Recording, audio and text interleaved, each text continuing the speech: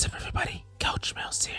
Coming at you with the brand new Valorant video, trying to be a little quiet so that I don't get beat with the chancla. And in this video, we're going to be talking about why you will never rank up. This is the #1 reason that no matter how much you play, you just can't seem to just get better and climb. And it's the passivity, the lack of confidence, the inability to push in. TLDR, you're playing like a bitch, and let's tell you how to fix that. Now, let's go back to that topic. Now, what do I mean by you're playing too passive, and how is that actually hurting you? Well, this is actually true for every single role. I'm not talking about entering on Duelist. I'm talking about players consistently, especially in the ranks lower than the platinum rank. They do not want to take fights at all. You see, the vast majority of fights would actually be won if people just swung together. And to prove my point, how many times have you seen an enemy, you killed them, and instantly afterwards someone swung you and you died? Well, that's because there's a number of different factors that can make it much harder for you to get the progressive kill, especially if the time between both engagements is almost simultaneously.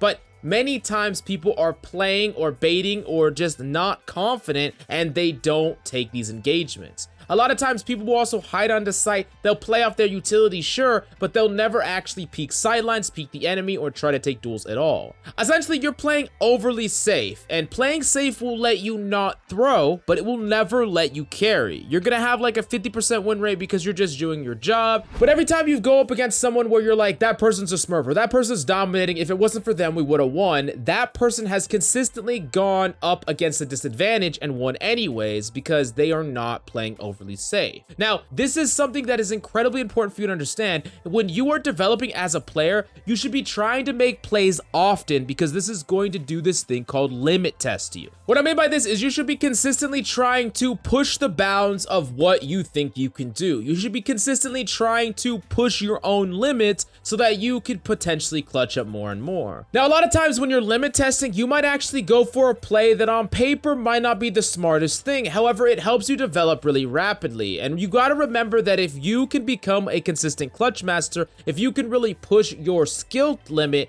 to the absolute brink and beyond, you're going to be winning all the games in the future anyway. So it's not about the moment, it's about developing yourself so that you become better in the future. This means trying to go for things like 1v3s and not just saving your gun because you don't think that you can actually clutch or you're not confident in your ability to do so. Ultimately, something that you need to understand is that you cannot clutch if you never try, and by consistently trying and pushing it, you're going to be actually pulling off some clutches that you never thought possible. Real quick, if you like the content of the channel, please do us a favor and go check out the GameLeap website. You'll be sure to find tons of content you love, but let's get back to the video. Now, something that you should actually do to make clutches happen more often is play the odds. And this is something that is extremely important for you as you develop as a player and as you try to become a clutch god. Something you need to do is 1, make reads about where enemies are, what they're doing, and 2, document your results after the fact. Something that you see a lot of pro players do is they'll go onto site and they'll peek an angle, kill someone, and then they'll instantly flick to another angle, and oftentimes it's like they knew that an enemy was there. Now, did they actually know? Not really, but they knew several places the enemy wasn't, and they knew that the enemy would likely be playing off each other, so they were ready for it, and that's making reads and playing the odds. Sometimes also you're gonna have to be put in a situation where you have no choice but to play the odds. You have no choice but to kill an enemy and then try to stick to the half and potentially try to kill the last person and make a read about where they're from. Now, every single time you're right and wrong, you should be documenting these results because that's what you can do in the future. You could say, hey, that person wasn't where I thought they were. Why is that the case? Were they doing something just weird, or did I make a bad read? Was there a little bit of information that I missed that told me that they weren't where I thought they were? And that is how you start improving at your odds and your reads, and it's just going to be a lot easier for you to clutch in the future. Now, another thing that you need to understand is as your mechanics and other factors improve, so will your limits. The limit testing is going to go even further as you develop more mechanical skill. You can hit shots more, you understand the matchups more, game sense, being able to play around defuses and things like that.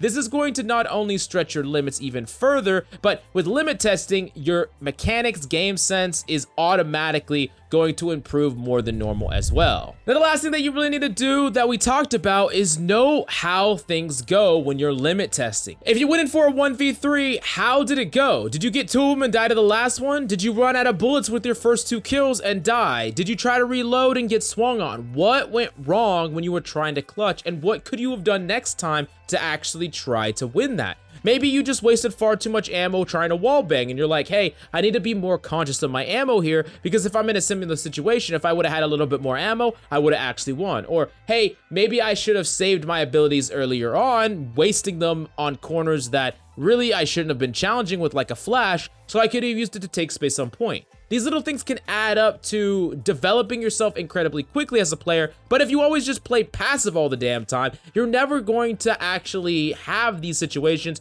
You're never going to know when you could have been the one to clutch, and most importantly, you're never going to freaking rank up. So it's incredibly important, but definitely let me know if you have any comments or questions down below. And go to the GameLeap website if you want in-depth advanced tips and tricks, VOD reviews, and breakdowns just like this. We got a lot in the GameLeap website. You got to go check it out. I hope you enjoyed the video. I love your faces, and I'll see you next time.